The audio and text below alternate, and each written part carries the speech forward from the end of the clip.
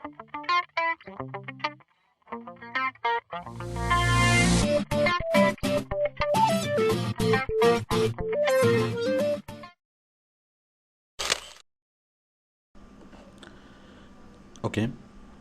তো আমি এখন দেখাবো যে কোনো ধরনের সফটওয়্যার কীভাবে কম্পিউটারে ইনস্টল করবেন।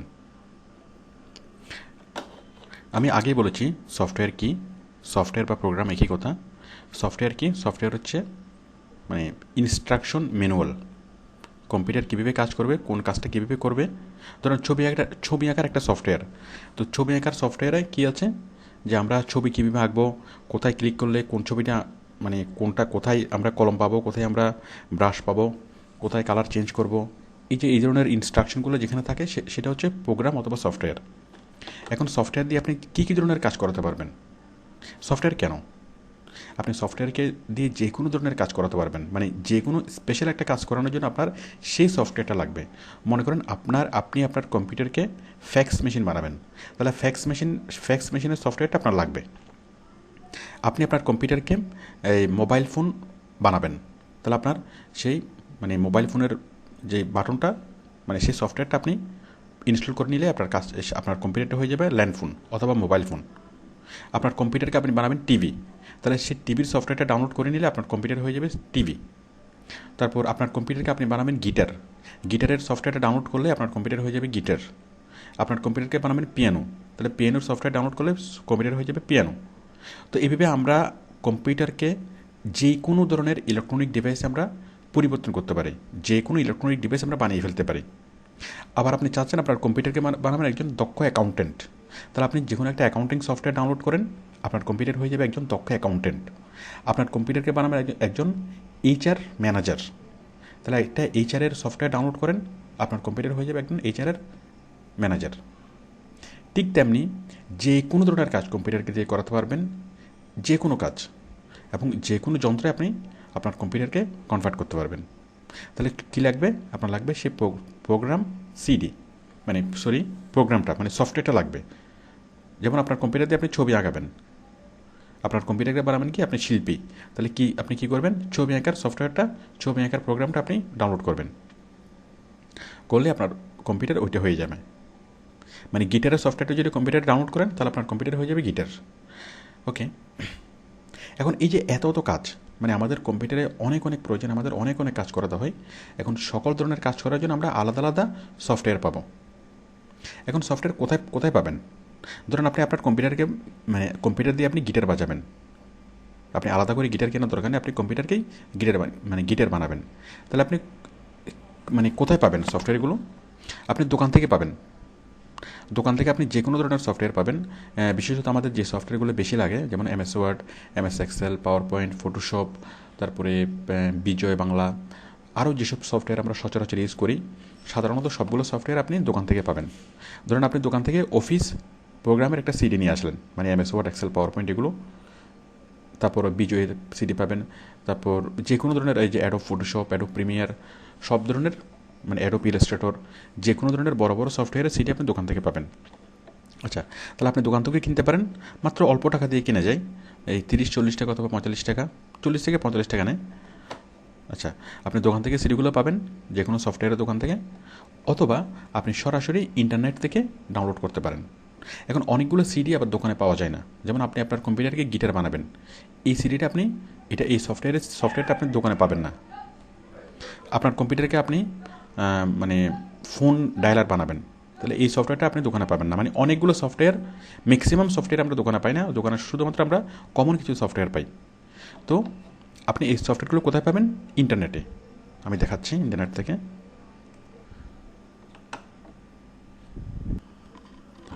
আমি যাব গুগল থেকে আমি এখানে লিখবো কি, সাপোজ আমি বানাবো আমার সফটওয়্যারকে, আমার কম্পিউটারকে আমি বানাবো গিটার, তাহলে ডাউনলোড গিটার সফটওয়্যার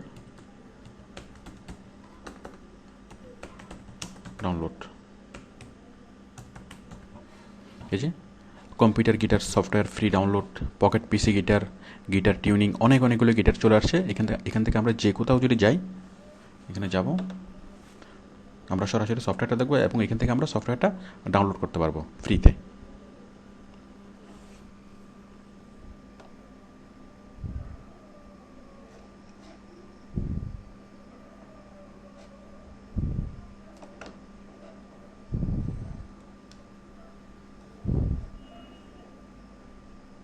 এই যে গিটারের সফটওয়্যার,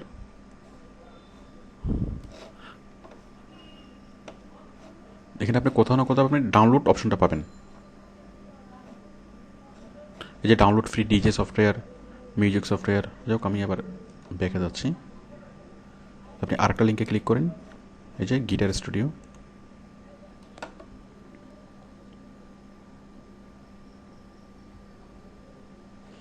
এই যে দেখুন গিটার সফটওয়্যার, গিটার চলে আসলো। এখানে আপনি ডাউনলোডে ক্লিক করলেই আপনার সেই গিটার সফটওয়্যারটা এখান থেকে আপনি নিয়ে নিতে পারবেন। মানে ডাউনলোড করলে আপনার সফটওয়্যারটা কি ডাউনলোড হয়ে যাবে। মানে আমরা বাজার থেকে যে কোনো সিডিও কিনতে পারি, আবার এখান থেকে নেট থেকে সরাসরি ডাউনলোড করে আমরা নিয়ে নিতে পারি। অনেক অনেক ধরনের সফটওয়্যার, শত শত হাজার হাজার রকম ধরনের সফটওয়্যার আমরা নেট থেকে কালেকশন করতে পারি।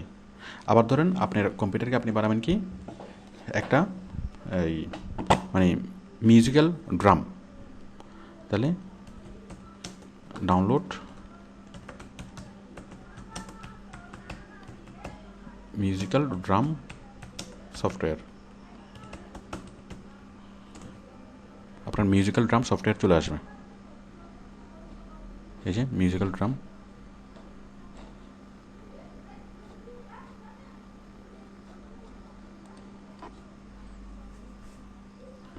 ঠিক তেমনিভাবে আপনি যদি চান যে আপনার কম্পিউটারকে বানাবেন কি একজন অ্যাকাউন্টেন্ট, তাহলে আপনি অ্যাকাউন্টিং সফটওয়্যার ডাউনলোড করবেন। এই যে মিউজিক্যাল ড্রাম, এই যেখানে আরও অনেক কিছু আছে, electronic piano, guitar pro.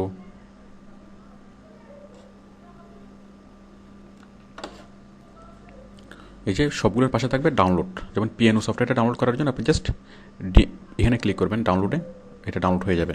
Guitar download করার জন্য জাস্ট এখানে ক্লিক করবেন, আপনার সফটওয়্যারটা আপনার কম্পিউটারটা গিটার হয়ে যাবে। তাহলে খুব সহজে আপনি যে কোনো ধরনের সফটওয়্যার খুঁজে পাবেন। আবার ধরুন আপনি অ্যাকাউন্টিং সফটওয়্যার চাচ্ছেন, আপনি আপনার কম্পিউটারকে একজন দক্ষ অ্যাকাউন্টেন্ট বানাবেন, তাহলে আমি লিখলাম ডাউনলোড। তার আগে আপনি ফ্রি শব্দটা যদি লিখে দেন তাহলে আপনিও টেনশন ফ্রি থাকবেন। Free download accounting software.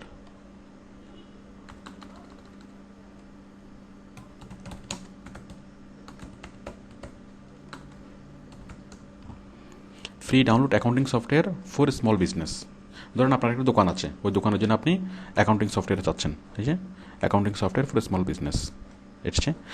আপনি চাচ্ছেন কি আপনার ছোটো একটা গার্মেন্টস আছে, গার্মেন্টস। এই যে free download accounting software for garments.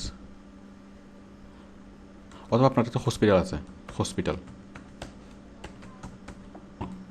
চলে এসছে হসপিটালের জন্য সফটওয়্যার। এই যে medical accounting software, hospital accounting software. আবার আপনি যদি চান যে এইচআর সফটওয়্যার, এইচআর সফটওয়্যার পর, অথবা আপনি চান যে স্মল শপ, আপনার ছোটো একটা দোকান আছে, দেখুন ছোটো একটা দোকান, ওই দোকানের জন্য accounting software for small shop. এই যে দোকানের সফটওয়্যার চলে আসলো।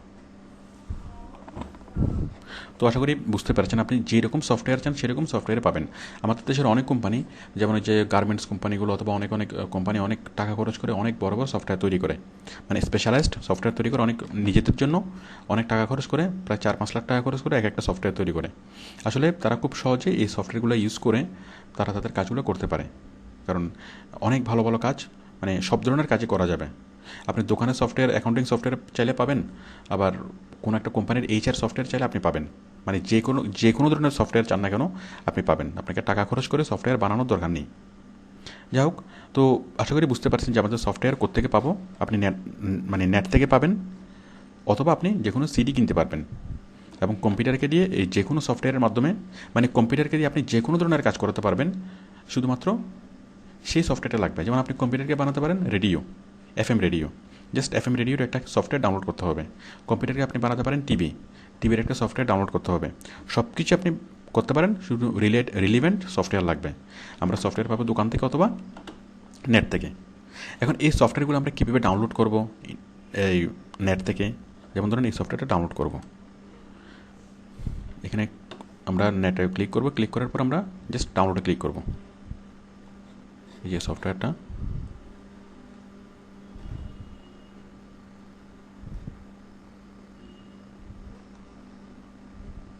এই যে ডাউনলোড, এরকম ডাউনলোড অপশন থাকবে, আমরা ডাউনলোডে ক্লিক করব। ডাউনলোডে ক্লিক করলে কী পাবেন, আপনি সফটওয়্যারটা ডাউনলোড হয়ে যাবে।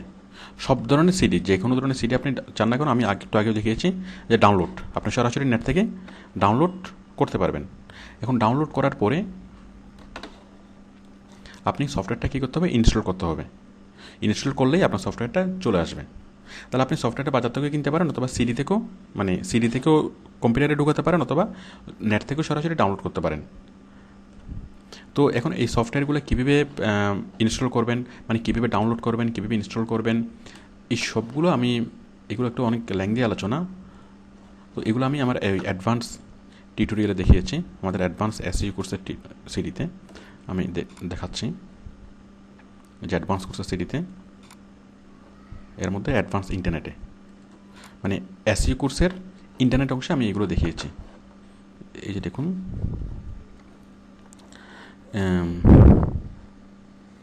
এই যে সফটওয়্যার ডাউনলোড কীভাবে করতে হবে, আবার সফটওয়্যারকে জেনুইন কীভাবে করতে হবে। মানে সফটওয়্যার আমাদেরকে অনেক সময় মানে ট্রায়াল ভার্সনও সফটওয়্যার দেয়, ট্রায়াল ভার্সনও সফটওয়্যার দেওয়ার পরে কিছুদিন পরে সেটাকে রেজিস্টার করতে বলে। তো আমরা কীভাবে টাকা ছাড়াই কীভাবে আমরা মানে রেজিস্টার করব, টাকা ছাড়াই কীভাবে আমরা সফটওয়্যারকে জেনুইন করব। যেমন বিভিন্ন অ্যান্টিভাইরাস সফটওয়্যারগুলো আমরা কীভাবে পাবো, এছাড়া টাকা ছাড়াই আমরা কীভাবে অ্যান্টিভাইরাস সফটওয়্যারগুলোকে জেনুইন করব, এখানে সবগুলো বলা আছে। দেখুন, আমি একটু করে দেখাচ্ছি। ওকে, এই যে দেখুন,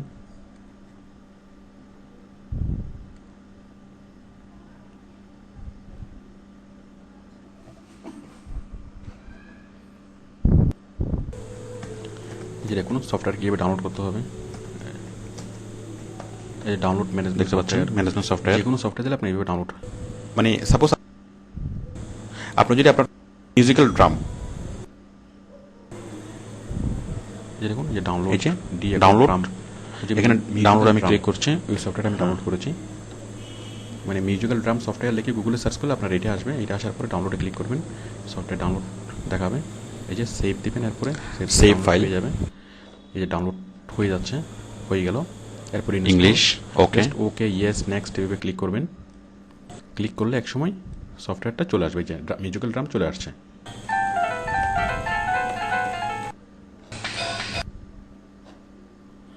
এই যে দেখুন, মিউজিক্যাল ড্রাম চলে আসছে।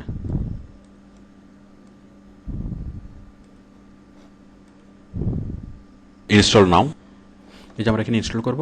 মানে ইনস্টল করার পরে দেন, মানে প্রথমে সফটওয়্যারটা ডাউনলোড করবে, ডাউনলোড করার পরে ইনস্টল করব। ইনস্টল করলে কী হবে, ইনস্টল করলে ইয়েস নো নেক্সট, মানে ইয়েস নেক্সট এইভাবে ক্লিক করার পরে এক সময় সেই সফটওয়্যারটা ওপেন হয়ে যাবে, মানে সফটওয়্যারটা কম্পিউটারে ইনস্টল হয়ে যাবে। ইনস্টল হওয়ার পর সফটওয়্যারটা এইভাবে দেখাবে।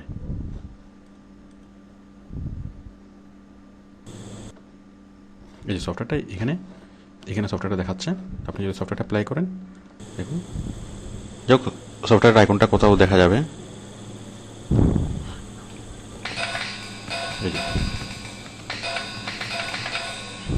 ওকে, বুঝতেই পারছেন যে, তো দেখুন ঠিক একইভাবে আমি দেখিয়েছি গিটার অথবা পিয়ানো।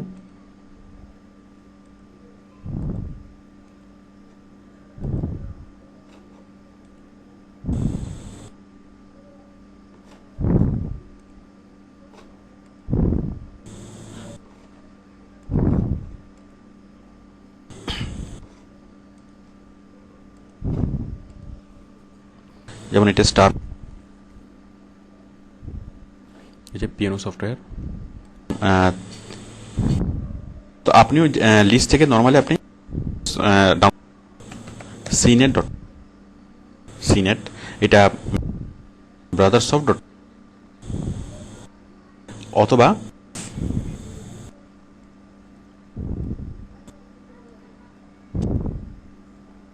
আপনি সব ধরনের ইলেকট্রনিক যন্ত্র, এই যে পিয়ানো সফটওয়্যার, ঠিক আপনি এখান থেকে পিয়ানো বাজাতে পারবেন। ইউজ করতে পারবেন।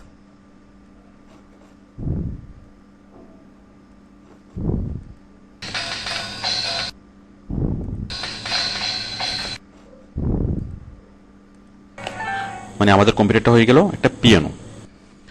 ওকে, তো আশা করি বুঝতে পারছেন আপনারা। এগুলো এখান থেকে দেখে নেবেন। এগুলো আমাদের অ্যাডভান্স কোর্সের টিউটোরিয়ালে আরও অনেক কিছু বলা আছে। আচ্ছা, তাহলে সফটওয়্যার কীভাবে নেবেন এবং সফটওয়্যার কীভাবে কম্পিউটারে লোড করবেন। তো আপনি এইভাবে যে এমএস ওয়ার্ড, এমএস এক্সেল, মানে কম্পিউটারের যে কোনো ধরনের সফটওয়্যার আপনি কম্পিউটারে লোড করতে পারবেন। কারণ আপনি যখন কম্পিউটার কিনবেন, কম্পিউটারটা হচ্ছে একটা জাস্ট একটা হার্ডওয়্যার, মানে একটা যন্ত্র, একটা হার্ডওয়্যার। ওই হার্ডওয়্যারের কোনো দাম নেই সফটওয়্যার ছাড়া। এখন যে কোনো কম্পিউটারকে দিয়ে আপনি যে কোনো ধরনের কাজ করাতে পারবেন। যে কোনো সাধারণ কম্পিউটারকে দিয়ে আপনি যে কোনো ধরনের কাজ করাতে পারবেন। শুধুমাত্র কী লাগবে, সেই রিলেটেড সফটওয়্যারগুলো লাগবে।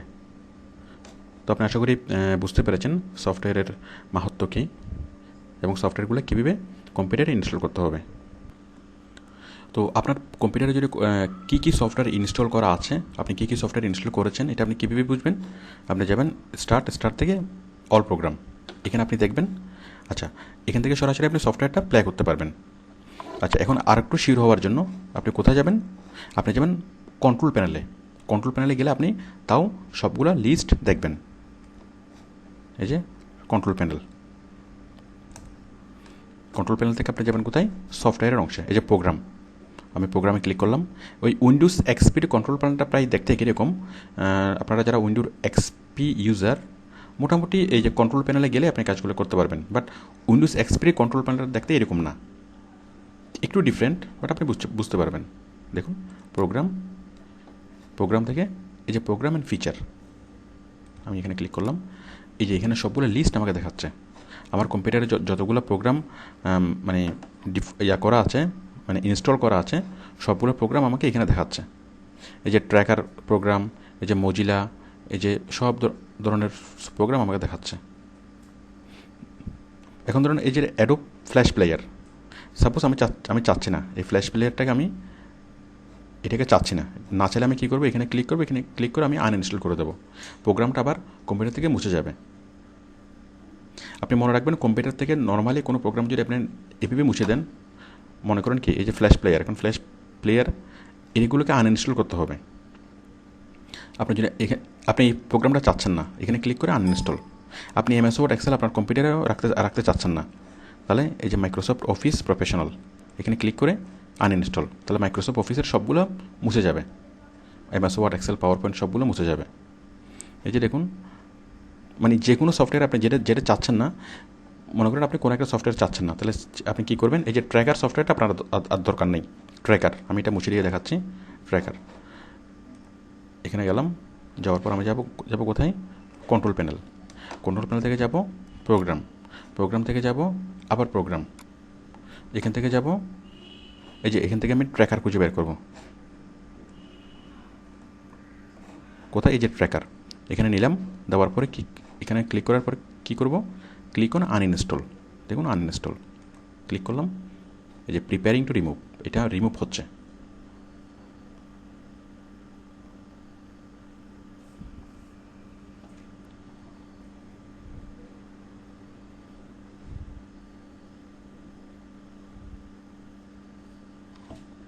একটু সময় নিচ্ছে। এই যে automatically close application, do not close application. আচ্ছা, এখানে সিলেক্ট করে ওকে। এই যে গ্যাদারিং রিকোয়ার ইনফরমেশন, এটা ডিলিট হয়ে যাচ্ছে কম্পিউটার থেকে, মানে আনইনস্টল হয়ে গেল। তো আমরা ওই ডেস্কটপে যে অ্যাকাউন্টটা দেখেছিলাম ঘড়ির মতো অ্যাকাউন্টটা, এখন দেখবেন যে আর ঘড়ির মতো অ্যাকাউন্টটা নাই। এই যে দেখুন নাই, এটা অটোমেটিক্যালি চলে গিয়েছে। এখন যে কোনো সফটওয়্যার যদি আপনি মনে করেন এটা একটা সফটওয়্যার, ওডেক্স টিম সফটওয়্যার। এখন এই সফটওয়্যার যদি আমি এখান থেকে মুছে দিলে আসলে এই শর্টকাটটা মুছে যাবে, মানে জাস্ট আইকনটা মুছবে, কিন্তু সফটওয়্যারটা ঠিকই আপনার কম্পিউটারে থেকে যাবে। কম্পিউটার মানে সফটওয়্যার এভাবে মোছা যায় না। সফটওয়্যার ডিলিট করে সফটওয়্যার মোছা যায় না। সফটওয়্যার মুছতে হলে কীভাবে মুছতে হয়? সফটওয়্যার মুছতে হলে কন্ট্রোল প্যানেলে গিয়ে মুছতে হয়। ধরুন আমি ওডেক্স টিম, এটাও আমি রিমুভ করে দেবো। তাহলে কী করব? স্টার্ট থেকে কন্ট্রোল প্যানেল থেকে প্রোগ্রাম থেকে প্রোগ্রাম, আবার এখান থেকে এই যে এখন আমি ওডেক্স টিমটা খুঁজে বের করব। ওরেক্স টিম, এই যে দেখুন এটা ক্লিক করলাম, ক্লিক করে আনইনস্টল, এটা রিমুভ হয়ে যাবে। তো আশা করি বুঝতে পেরেছেন যে সফটওয়্যার কীভাবে ইনস্টল করবো, সফটওয়্যার কীভাবে আনইনস্টল করবো। তো মজার বিষয় হচ্ছে যে কোনো সফটওয়্যার যখন আপনি ইনস্টল করবেন, ইনস্টল করার জন্য সফটওয়্যারের সিডিটা যখন আপনি কম্পিউটারে ঢুকাবেন, কম্পিউটারে ঢুকালেই কম্পিউটারে আপনাকে ইনস্ট্রাকশন দিবে যে কীভাবে সফটওয়্যারটা ইনস্টল করবেন। দেখুন এই যে আমি একটা সফটওয়্যার আনইনস্টল করছি এবং আবার ইনস্টল করে দেখাচ্ছি। মনে করেন আমরা মজিলা, এই যে মজিলা সফটওয়্যারটা আমি কম্পিউটার থেকে আনইনস্টল করে দেবো। কীভাবে দেবো? আমি যাব এখান থেকে যাব কন্ট্রোল প্যানেলে,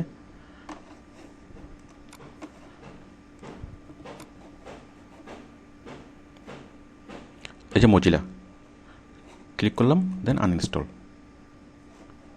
এই যে নেক্সট, আনইনস্টল হয়ে যাচ্ছে, uninstall complete, close, finish, list থেকে চলে গেল। আমার এখানে মজিলার যে আইকন ছিল সেই মজিলার আইকনও চলে গেল। দেখুন আমি যদি এখন মজিলা লিখে দিই, যাই হোক, মানে মজিলা এখন আর নাই। এখন আমি কী করব, মজিলা আনইনস্টল হয়ে গেলে এখন আমি মজিলাকে আবার ইনস্টল করব। ইনস্টল করার জন্য কী করব, আমি মানে ব্যাকআপ, এই কম্পিউটারের যে ফাইলটা, ওই ফাইলটা কম্পিউটার আমার ব্যাকআপে আছে। মানে ইনস্টল করা থাকলে কম্পিউটার কাজ করবে, ইনস্টল করা না থাকলে কম্পিউটার কাজ করবে না। মানে যে কোনো কম্পিউটারকে আপনি ডাউনলোড করার পর সেটা থাকবে কি ব্যাকআপ, মানে ব্যাকআপ সফটওয়্যার হিসেবে থাকবে। ওই ব্যাকআপ সফটওয়্যারকে যখন আপনি ইনস্টল করবেন তখনই সেই সফটওয়্যারটা কাজ করবে। দেখুন এটা মজিলার ব্যাকআপটা আমি দেখাচ্ছি, এই যে মাই কম্পিউটার আমি ব্যাকআপ এখানে রেখেছি। আমি এগুলো আপনাদেরকে দিয়েও দিয়েছি।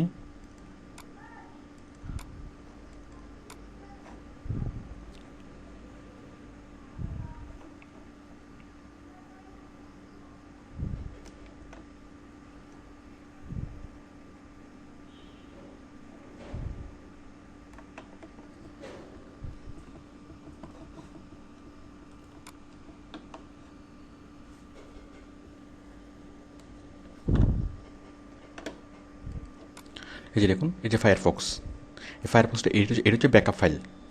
মানে এই ফায়ারফক্স কিন্তু আমার কম্পিউটারে আছে, বাট কম্পিউটারে থাকলেও কিন্তু এটা এখন কাজ করবে না। কেন কাজ করবে না? কাজ করানোর জন্য কী করতে হবে, এটাকে কম্পিউটারের সাথে মিশিয়ে দিতে হবে। কম্পিউটারের সাথে একদম মিশিয়ে দিতে হবে। মিশিয়ে দেওয়াটা কি ইনস্টল করা।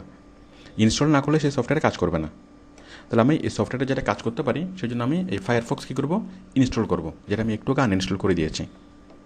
দেখুন আমি এখানে ক্লিক করলাম, ক্লিক করার পরে রান, জাস্ট আপনি ক্লিক করার পরে ইয়েস, রান, ওকে, নেক্সট, এভাবে নেক্সট, ওকে, ইয়েস, অ্যাপ্লাই, রান এইভাবে ক্লিক করবেন। মানে এই নর্মালি এই বাটনগুলো আসবে, আপনাকে এখানে কোনো কিছু পড়তে হবে না। এই যে নেক্সটে ক্লিক করলাম, আবার নেক্সট, আবার ইনস্টল, মানে ইয়েস, নেক্সট, ইনস্টল, ওকে, এভাবে আপনি ক্লিক করতে থাকবেন, একদম ফিনিশ, কাজ হয়ে গেল। ফায়ারফক্স এই যে আবার চলে আসলো, এই যে ফায়ারফক্স এই যে চলে আসলো আবার। দেখুন এখানে আমরা আইকনটা দেখতে পাচ্ছি, এখানে একটু পরে দেখা যাবে, এই যে ফায়ারফক্স। তো আশা করি বুঝতে পেরেছেন যে কোনো প্রোগ্রাম কীভাবে আনইনস্টল করতে হবে এবং কীভাবে ইনস্টল করতে হয়। ঠিক আমরা এখান থেকে যেভাবে ইনস্টল করলাম, আপনি সিডি থেকে এইভাবে ইনস্টল করবেন। যে সিডিটা ঢোকানোর পরে আপনাকে ইনস্ট্রাকশন দেবে। ইনস্ট্রাকশন কি, ওই যে ওকে, ইয়েস, নেক্সট, অ্যাপ্লাই, লোড, মানে যতগুলো আছে আপনি শুধুমাত্র ওখানে ক্লিক করে যাবেন, একসময় সফটওয়্যারটা ইনস্টল হয়ে যাবে। খুব সহজে ইনস্টল করা যায়। ওকে ওকে আমি এখন আলোচনা করব যে কম্পিউটার শিক্ষা বলতে আমরা কী বুঝি।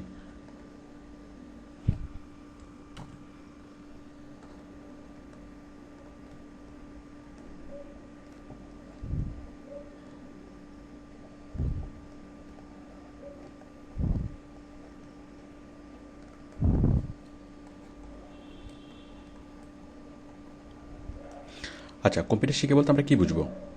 কম্পিউটার শিখে বলতে আমরা যেটা বুঝবো, কম্পিউটারের সকল ধরনের, মানে সব ধরনের ফাইল নিয়ে কাজ করতে পারা।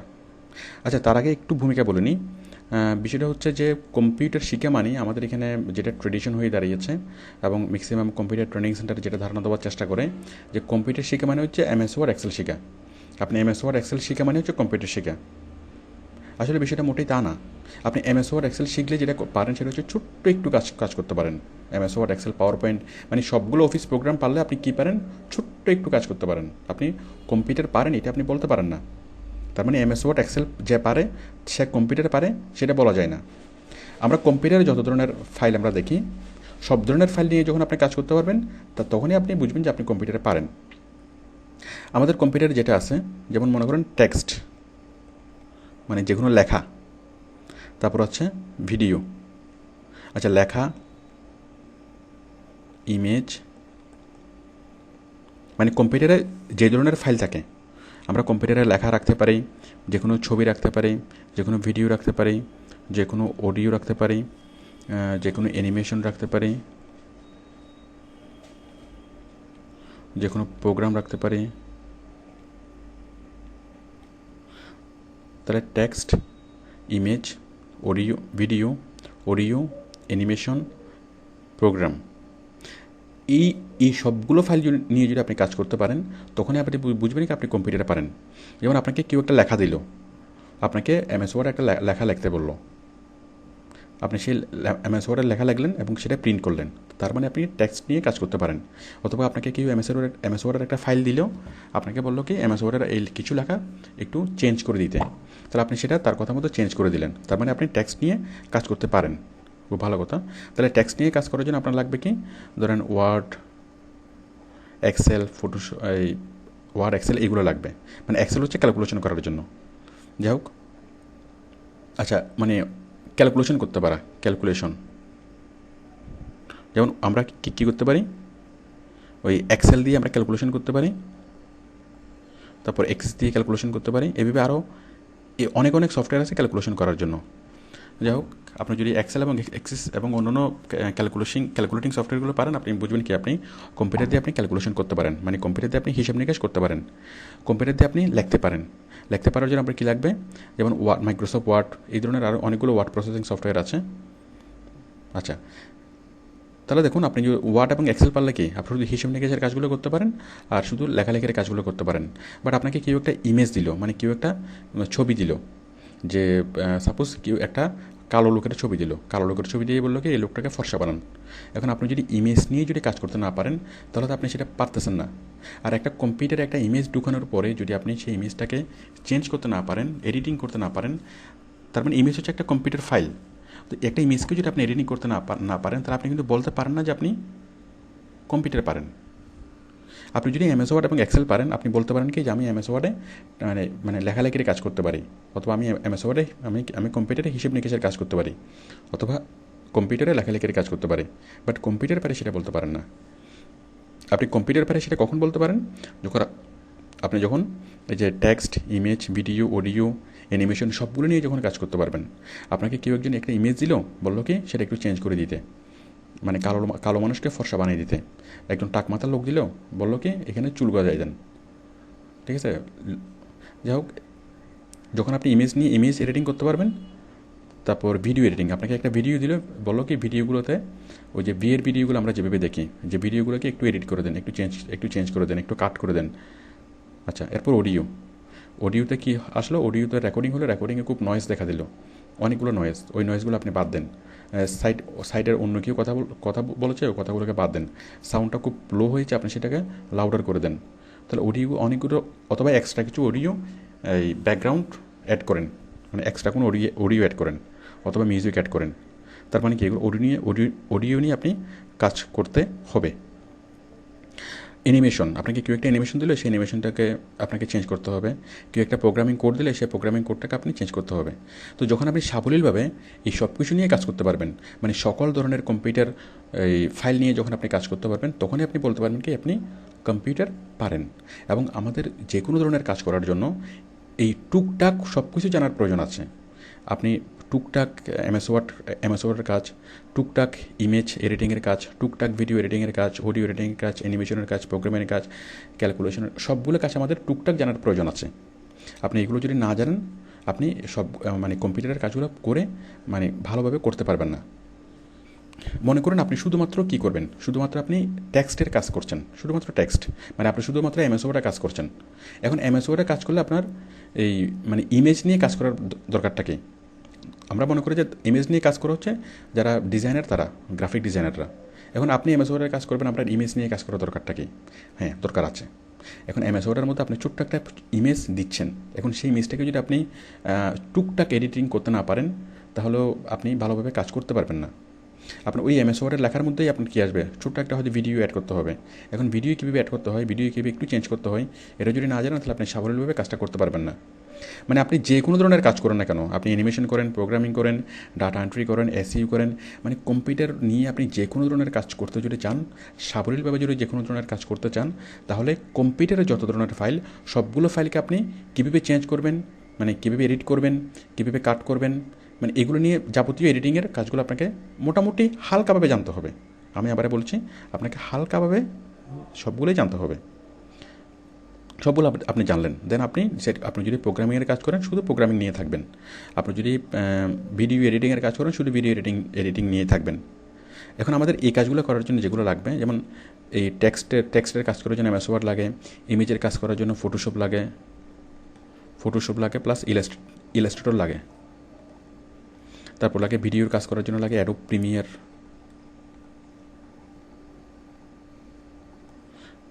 অডিওর কাজ করার জন্য লাগে অ্যাডোব অডিশন,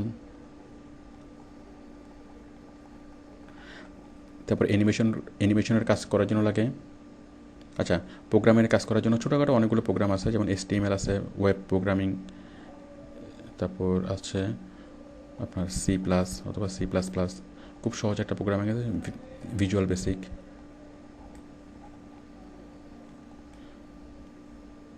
তারপর হচ্ছে অ্যানিমেশনের জন্য আছে ম্যাক্রোমিডিয়া, ফ্ল্যাশ।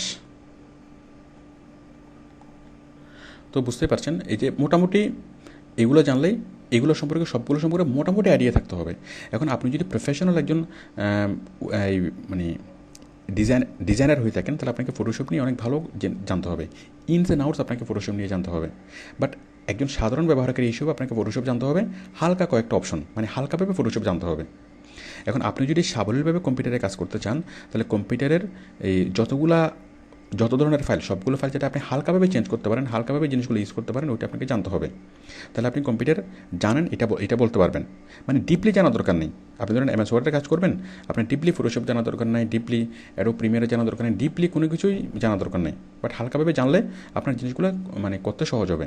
আর জিনিসগুলো আসলে খুব সহজ, মানে হালকাভাবে বোঝানো খুব সহজ। এটা এই মানে অত ডিপলি এগুলো জানতে হবে না। মোটামুটি এই প্রোগ্রামগুলো খুলবেন, ফটোশপ খুলবেন, কোনটা দিয়ে কী কাজ হয়, টুকটাক দু একটা অপশন শিখে নেবেন, তাহলে মোটামুটি আইডিয়া থাকলে এটাই আপনার মানে কাজ দিবে।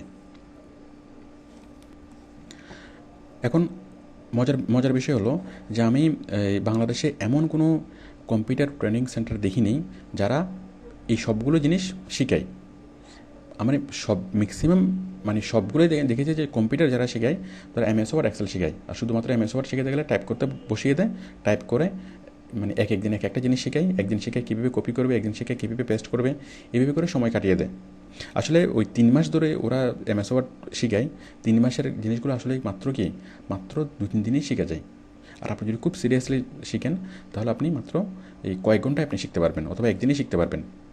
এই সবগুলো বিষয় নিয়ে আমাদের ভিডিও টিউটোরিয়াল আছে, এখানে সব জায়গায় খুব সহজ করে এগুলো বোঝানো হয়েছে, এবং যেগুলো আপনি মাত্র কয়েকদিনের প্র্যাকটিসে, যেমন আপনি এমএস ওয়ার্ড শিখতে পারবেন মাত্র একদিন ভিডিও টিউটোরিয়ালটা দেখলেই, একদিন দেখবেন আর 2 দিন প্র্যাকটিস করবেন, 3 দিনে এমএস ওয়ার্ড শেখা শেষ। এমএস এক্সেলও আপনি 3 দিনে শেখা শেষ। এইভাবে কি প্রত্যেকটা প্রোগ্রাম আপনি মানে একদিন অথবা 2 দিনের মধ্যে শিখতে পারবেন। তো যাই হোক, আসলে বিষয়গুলো খুব সহজ, মানে সহজ করে শেখালে, সহজ করে বুঝলে সবগুলোই সহজ।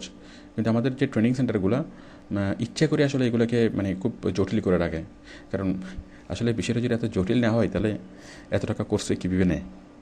আসলে মানে শিখাতে চাইলে খুব দ্রুত শিখিয়ে ফেলা যায়, আর শিখাতে না চাইলে এটা অনেক মানে ল্যাংদি করা যায়। তো যাই হোক, আপনারা নিজ উদ্যোগে এগুলো মানে শিখে নিতে পারবেন, এবং এগুলো যখন শিখবেন তখন আপনি নিজের থেকে মানে সেই কনফিডেন্সটা আপনি ফিল করবেন। আপনি মনে করেন যে কোনো ধরনের কাজ করুন না কেন কম্পিউটার নিয়ে, আর তাছাড়া কম্পিউটারে আপনি কাজ না করুন, আপনি অফিসে কাজ করছেন অথবা আপনি অ্যাকাউন্টেন্ট অথবা আপনি যে কোনো অন্যান্য যে কোনো প্রফেশনে আছেন, বাট এই সাধারণ বিষয়গুলো জানলে আপনার জন্য সুবিধা হবে। মানে আপনি যে কোনো কাজ কম্পিউটারে যে কোনো ধরনের ফাইলকে আপনি সাবলীলভাবে এডিটিং করতে পারবেন। আর এই সবগুলো বিষয় শেখার জন্য আপনার এই 10 থেকে 12 দিন সময় যথেষ্ট। যেমন আপনি মনে করেন ইমেজ এডিটিংয়ের আপনি যখন ফটোশপ শিখবেন খুবই সাধারণভাবে, মানে হালকাভাবে, বাট আপনার প্রফেশনটা যদি হয় গ্রাফিক ডিজাইনের প্রফেশন, তাহলে আপনি ফটোশপ তো অনেক ভালোভাবে শিখবেনই। ফটোশপের সাথে আপনি মানে ইলাস্ট্রেটর শিখবেন, কুল 3D শিখবেন। এভাবে শুধুমাত্র ইমেজ নিয়ে কাজ করে এরকম কি আরও 7-8টা প্রোগ্রাম আছে, 7-8টা প্রোগ্রাম আপনি শিখবেন। তাহলে আপনাকে বলবে একজন মানে প্রফেশনাল গ্রাফিক ডিজাইনার, অনেকগুলো সফটওয়্যার যখন আপনি পারেন। বাট আপনি এখন হচ্ছেন অ্যামেচার, মানে শৌখিন। তাহলে শৌখিন হিসেবে আপনার যে কোনো একটা সফটওয়্যার ছোট্ট একটু অংশ, ছোট্ট একটুখানি ইউজ করে জানলে হবে। ওকে ওকে তো আমরা এখন শিখব ফাইল ফরম্যাট। কম্পিউটারে যত ধরনের ফাইল আছে সব ধরনের ফাইলের আলাদা আলাদা নাম আছে, মানে আলাদা আলাদা আলাদা ফরম্যাট আছে। তো ফরম্যাটগুলো কি? ধরেন আপনি এমএস ওয়ার্ডে যখন আপনি কাজ করবেন, এমএস ওয়ার্ডে আপনি কোনো একটা ফাইল তৈরি করলেন, আপনি ধরেন বাংলাদেশ নামে কোনো একটা ফাইল তৈরি করলেন, বাংলাদেশ। এখন এই ফাইলের কী থাকবে? এই ফাইলের শেষে থাকবে এক্সটেনশন থাকবে, মানে ফাইলের ফরম্যাটের নামটা লেখা থাকবে বাংলাদেশ ডট, লেখা থাকবে ডক, ডিইউসি। মানে এমএস ওয়ার্ডের এক্সটেনশন হচ্ছে কি? ডক। এই যে এমএস ওয়ার্ড, এটার এক্সটেনশন হচ্ছে ডক। আপনি যদি এক্সেলের যে কোনো ফাইলের শেষে দেখবেন কি? Dot XLS। তেমনি পেইন্ট সফটওয়্যারের যে কোনো ফাইলের শেষে দেখবেন কি? Dot PNG। এভাবে অনেক প্রায় সব ধরনের ফাইলেই শেষে এক্সটেনশন থাকে। আমি এক্সটেনশনগুলো দেখাচ্ছি।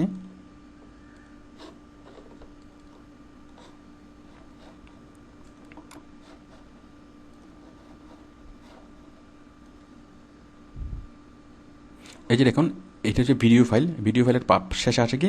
Dot MP4। এটাও ডট MP4। তারপরে এটা কি? এটা হচ্ছে ডট জেপিজি। এটা ডট জেপিজি। এমএস ওয়ার্ডের একটা ফরম্যাট। কী লেখা আছে?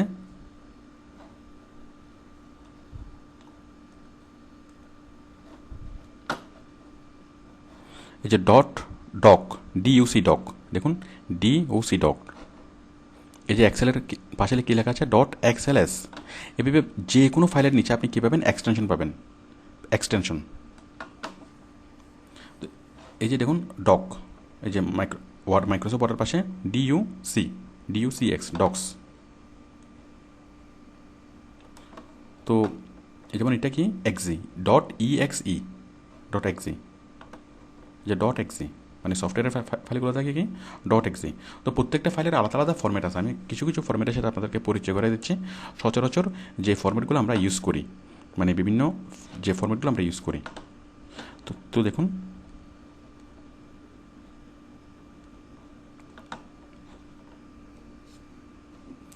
আমরা কম্পিউটারে যত ধরনের ফাইল দেখি, আমরা audio file, video file, text file, সবগুলোর ফাইলের পিছনে কী থাকে? এক একটা এক্সটেনশন থাকে। মানে এক একটা সফটওয়্যারে কাজ করলে সেটা এক একটা এক্সটেনশন হয়ে যায়। যেমন আপনি একটা ফাইল যদি এমএস ওয়ার্ডে কাজ করেন, ওই এমএস ওয়ার্ডের তাহলে ফাইলটা যদি সেভ করেন, সেটার পাশে কী হয়ে যাবে? অটোমেটিক্যালি চলে আসবে ডট ডিইউসি। যদি আপনি এক্সেলে কাজ করেন, অটোমেটিক্যালি চলে আসবে কি? Dot XLS। তার মানে XLS, কোনো ফাইলের নামের পাশে XLS দেখলে আপনি বুঝবেন কি এটা এক্সেলের ফাইল। কোনো ফাইলের নামের পাশে ডক দেখলে আপনি বুঝবেন এটা ডকুমেন্ট ফাইল। যাই হোক, এই বিষয়টা এখন খুবই ইম্পর্ট্যান্ট, এখন আপনার জন্য ইম্পর্ট্যান্ট মোটেই না। আপনি জাস্ট আমার কথাটা শুনে জাস্ট কি বুঝার পরে আপনি মানে ভুলে যাবেন বিষয়টা। আপনার পরবর্তীতে জিনিসটা কাজে লাগবে, মানে আপনার জাস্ট এই কথাটা শুনলে আপনার জন্য হেল্প হবে।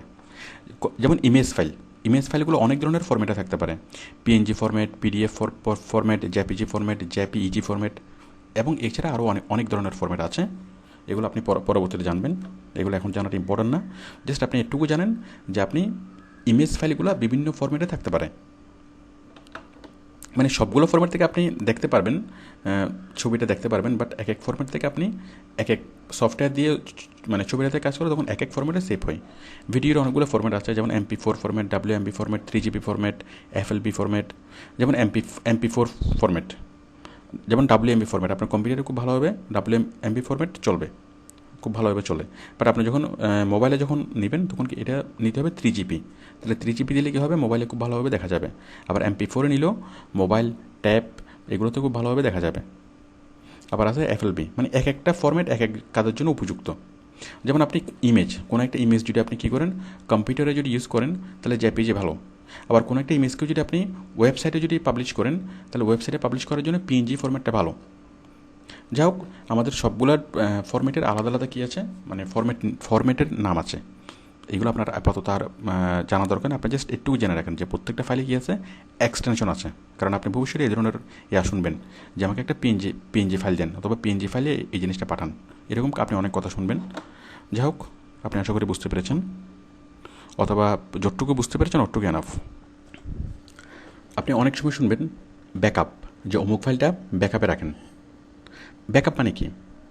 ব্যাকআপ মানে হচ্ছে, সাপোজ আপনার খুব অফিসের খুব গুরুত্বপূর্ণ একটা ফাইল। এখন ওই গুরুত্বপূর্ণ ফাইলটা যদি আপনার হারিয়ে যায়, আপনি অনেক সমস্যার সম্মুখীন হবেন। তো আপনি কী করেন, ওই ফাইলটার ফটোকপি করে আপনার আর এক কপি খুব সেফে রাখেন, যাতে ওই একটা কপি হারিয়ে গেলেও যাতে খুব একটা সমস্যা না হয়। এটা হচ্ছে ব্যাকআপ। মানে আপনি ফটোকপি করে একটা ফাইল আপনি কী করলেন, ব্যাকআপে রাখলেন, মানে আপনার নিজের আলমিরাতে রাখলেন। That is the backup. তো কম্পিউটারে মনে করেন কি, আমার একটা ফাইল কোথায় আছে, সাপোজ আমার কোনো একটা ফাইল মানে ডিতে আছে। এখন ডির এই ফাইলটা আমি কী করবো, সেম ফাইলটা আমি এফও রাখবো, সেম ফাইলটা আমি জিতেও রাখবো। তাহলে ডিতে আমার ফাইলটা আছে এবং এই ফাইলের ব্যাকআপ কোথায় আছে, আমার ডিতেও আছে, জিতেও আছে।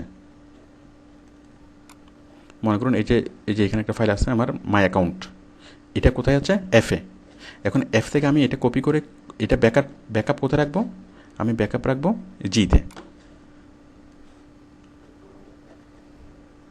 ব্যাস, তাহলে আমার এই যে ফাইলটা, এক্সেল ফাইলটার আমার জিতেও ব্যাকআপ আছে, পেস্ট করলাম। এই যে মাই অ্যাকাউন্ট এখানেও আছে, মানে জিতে ব্যাকআপ আছে। তো এটাকে বলে ব্যাকআপ। আবার কি বলে, সোর্স ফাইল, মানে কম্পিউটারের যে সফটওয়্যারের ব্যাকআপ। সফটওয়্যারের ব্যাকআপ বলতে যেটা বোঝাই, আমি এটা আগেও বলেছি, যেমন আপনি এই যত ধরনের সফটওয়্যার, যেমন ধরুন কি ডাউনলোডস, আপনি কোনো একটা সফটওয়্যার ডাউনলোড করেছেন, ডাউনলোড করার পরে সেটা কোথায় থাকবে, আপনার ডাউনলোডস ফোল্ডারে থাকবে।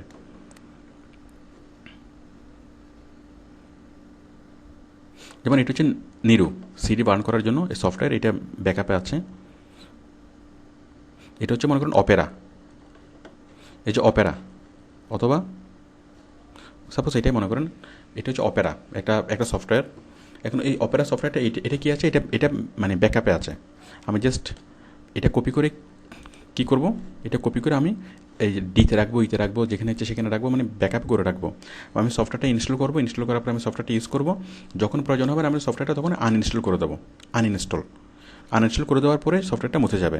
আবার আমি কী করতে পারবো, এখান থেকে আমি ব্যাকআপ থেকে আবার ইনস্টল করতে পারবো।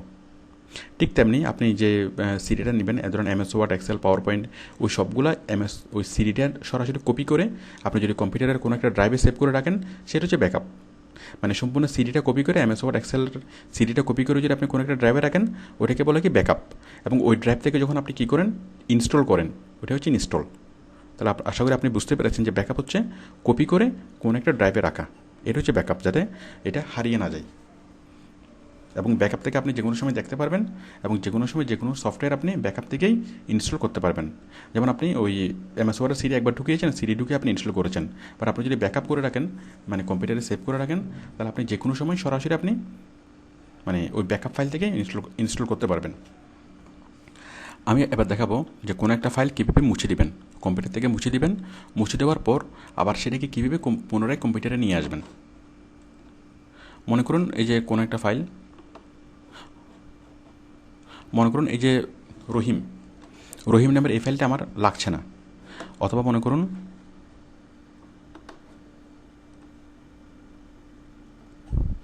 এই যে মনে করুন এই ছবিটা, এই যে ব্রেকিং গ্লাস, এই ছবিটা আমার লাগছে না। এখন এই ছবিটা আমি মুছে দেবো কম্পিউটার থেকে। মুছে দেওয়ার জন্য আমি কী করব, রাইট বাটনে ক্লিক করব, ক্লিক করে ডিলিট।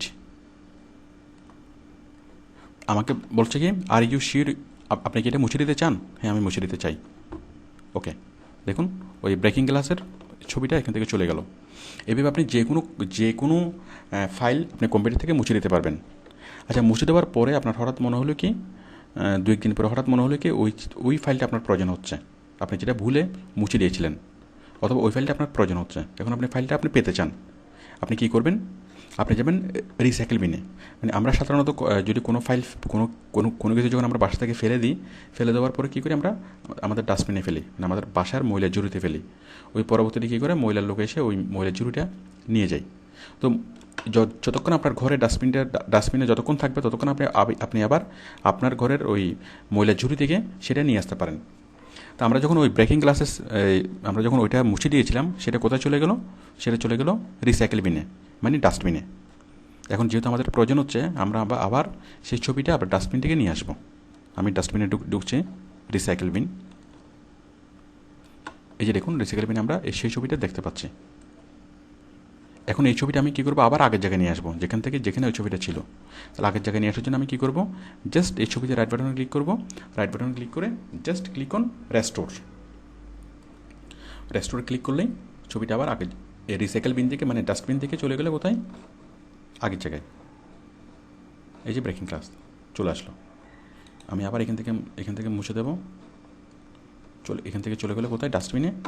আবার আমি ডাস্টবিনে যাব, আবার এখান থেকে রেস্টোর করব। তো যে কোনো ফাইল আমরা কী করতে পারি? মুছে দিতে পারি, মানে মুছে দিতে পারি, এবং মুছে দেওয়ার ফাইল আবার ডাস্টবিন থেকে নিয়ে আসতে পারি। বাট আপনি যদি ডাস্টবিন থেকেও যদি মুছে দেন, তাহলে সেই ফাইল আর কখনো নিয়ে আসা যাবে না। আমি আবার দেখাচ্ছি, এটা আমি মুছে দিচ্ছি। এটা চলে গেলো ডাস্টবিনে। এখন আমি এই ডাস্টবিন থেকেও, মানে রিসাইকেল বিন থেকেও আমি মুছে দিচ্ছি। রিসাইকেল বিন এখান থেকেও ডিলিট। এই যে are you sure you want to permanently delete? Yes, এটা একেবারে চলে গেল। এখন এই ফাইলটা আর মানে ফিরিয়ে আনা যাবে না, ওই ফাইলটা কম্পিউটার থেকে একেবারে মুছে গেছে। তো আশা করি বুঝতে পেরেছেন।